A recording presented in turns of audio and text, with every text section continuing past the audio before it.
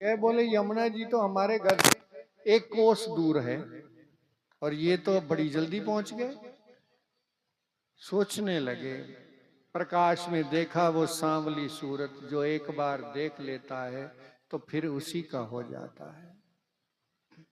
कजरारी तेरी अखियों में ये भरा हुआ क्या टोना है, तेरा तो हसन औरों का मरण, बस जान हाथ से दोना है। क्या खूबी हुस्न बयान करूं, तो सुंदर श्याम सलोना है। श्यामा सखी श्याम ब्रजधन, ये तो ब्रज का एक खिलौना है। उस रूप की तो बात ही क्या है। धन्य वो ब्रज गोपियां जिन्होंने ये आस्वादन किया। देखो री ये नंद का छोरा बरछी मारे जाता है, तिरछी सी चितवन से देखो छुरियां तेज चलाता है। हमको घायल कर बेदर्दी दूर खड़ा मुस्काता है। ललित किशोरी जख्मे जिगर पर नौनपुरी बुरकाता है। श्याम सुंदर की वो झलक, वो बैठ गए वहीं आंगन में आकर चिंतन करने लगे। वो बालक कौन था, कैसे आया, रोने लगे, हृदय विगलित हो गया। बैठे बैठे चिंतन आया, ठाकुर की तो सेवा करें। और जाकर जैसे ही पट हटाया तो देखा ठाकुर जी के हाथों में मिट्टी के तेल की खुशबू आ रही, क्योंकि उन्होंने मशाल उठाई थी। भावावेश में आकर प्रेम निधि जी मूर्छित होकर गिर गए कि मेरे ठाकुर ही मेरे साथ आगे मशाल दिखाकर रास्ता दिखा रहे थे। प्रेम का भूखा, भाव का भूखा, भाव का भूखा हूं मैं, भाव ही एक सार है। भाव से मुझको भजे जो भव से बेड़ा पार है। अन्न धन और वस्त्र आभूषण कुछ भी दे डालो मुझे, भाव से एक पुष्प भी दो तो मुझे स्वीकार है। प्रेम के आगे नतमस्तक हैं। ये प्रेम निधि जी के प्रेम को प्रकट किया ठाकुर ने। ऐसे ही रसमयी घटनाएं हैं। गुसाई विठल नाथ जी उस समय जतिपुरा में विराजमान थे। एक ब्राह्मण भक्त बाजार में जाता, उस समय तो 500 साल पहले की घटना है। बहुत सुंदर गुलाब के फूल का टोकरा 1 रुपए का बिक रहा था।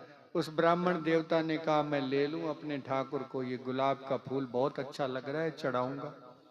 लिया, इतने में मुसलमान पठान का सिपाही आ गया। बोले मुझे दो। माली ने कहा हमने इसको दे दिया 1 रुपए का। बोले मैं 2 रुपए दूंगा।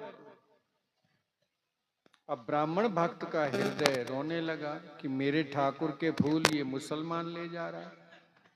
उसने 2 कहे तो इसने कहा मैं 4 रुपए दूंगा। उसने 8, उसने 16 कहे, उसने 32 कहे। होड़ा होड़ी में 1000 रुपए की बोली। वो 1 रुपए का जो फूलों का टोकरा था ब्राह्मण भक्त ने लगा दिया। अब पठान के सिपाही को होश आया, मैं 1000 रुपए का ये 1 रुपए का ले जाऊंगा, पठान तो मुझे मार डालेगा। वो पीछे हट गया। वो गरीब ब्राह्मण था, गरीब, परंतु ठाकुर सेवा के लिए, निष्ठा के लिए अड़ गया। 1000 रुपए में वो टोकरा मकान बेच कर लिया, तो लेके आया, आंखों में आंसू हैं। एक एक फूल ठाकुर पर चढ़ा रहा है मथुरा में। वो ब्राह्मण रहता है मथुरा में। भक्तों, भगवान की लीला आप आश्चर्य करोगे। चढ़ा तो वो फूल मथुरा में रहा है और जतिपुरा में श्रीनाथ भगवान बार बार मस्तक झुका रहे हैं। उनका बार बार मस्तक झुक रहा है। जैसे ही वो फूल चढ़ाता है उधर से श्रीनाथ जी जतिपुरा में मस्तक झुकाते हैं। गोसाई विठलनाथ सेवा में थे। जय जय सरकार, ये क्या हो रहा है। तब उन्होंने कहा ऐसे ऐसे गरीब ब्राह्मण ने अपना मकान बेचकर ये 1000 रुपए में फूलों का टोकरा लिया, मैं उसके भाव के लिए उस मस्तक झुका रहा हूं। उस परम वैष्णव भक्त का दर्शन करने के लिए गोसाई विठलनाथ मथुरा में पधारे। ऐसे है भाव और प्रेम की परीक्षा।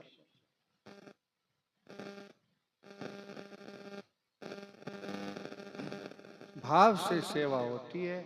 एक पुजारी जा रहा था, खरबूजा आया नया नया।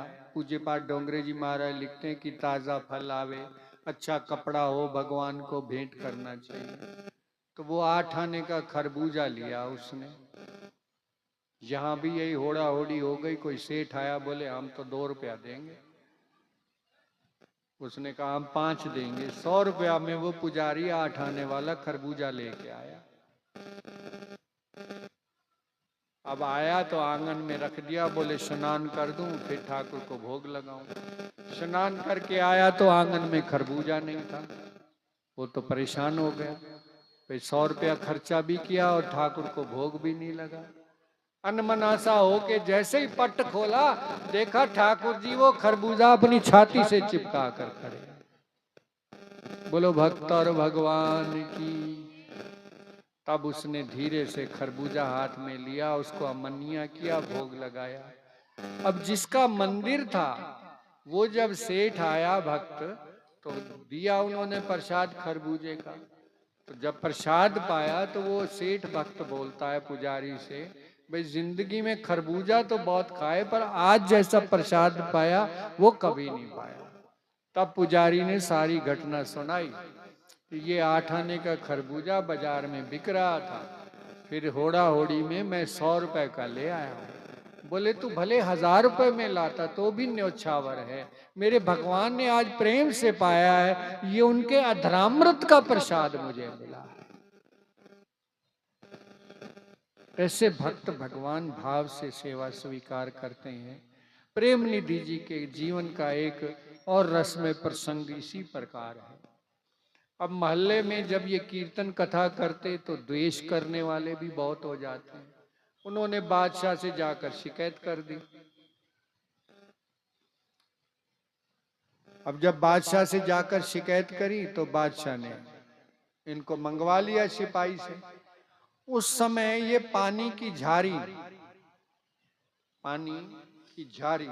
रख रहे थे और इसी समय सिपाहियों ने आकर उनको घेर लिया, ले गए।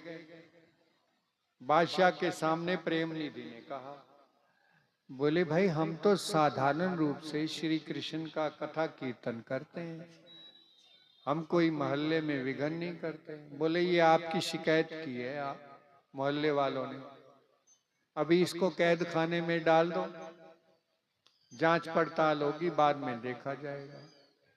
अब रात को ही भगवान उनके मोहम्मद साहब का रूप धार के, बादशाह सोया हुआ था, जोर से लात मारी। बोले मैं प्यासा हूं, मुझे जल पिलाओ। तो बादशाह तो नींद में था, तमोगुणी रजोगुणी, नींद में ही बोलता है आप खाने में जाकर पी लो पानी। फिर और एक लात मारी मोहम्मद साहब का रूप धार के ठाकुर ने। बोले मैं किसी रसिक के हाथ से पानी पीता हूं, उस रसिक को तो तुमने अपने कैद खाने में डाल रखा है।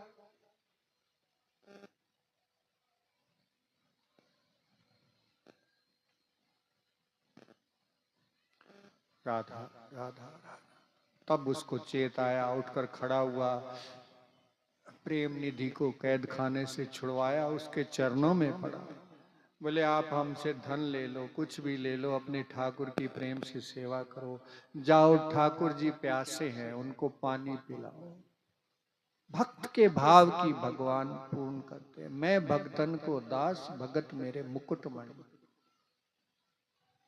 तब प्रेम निधि जी आते हैं, स्नान करके ठाकुर जी को पानी पिलाया। वो ठाकुर अभी भी विराजमान है। ऐसी ऐसी प्रेम गाथाएं भक्तमाल से भरी पड़ी हैं। आज पहला दिन का सत्र यहीं विश्राम लेता है, वाणी को विश्राम। अब प्रार्थना होगी, उसके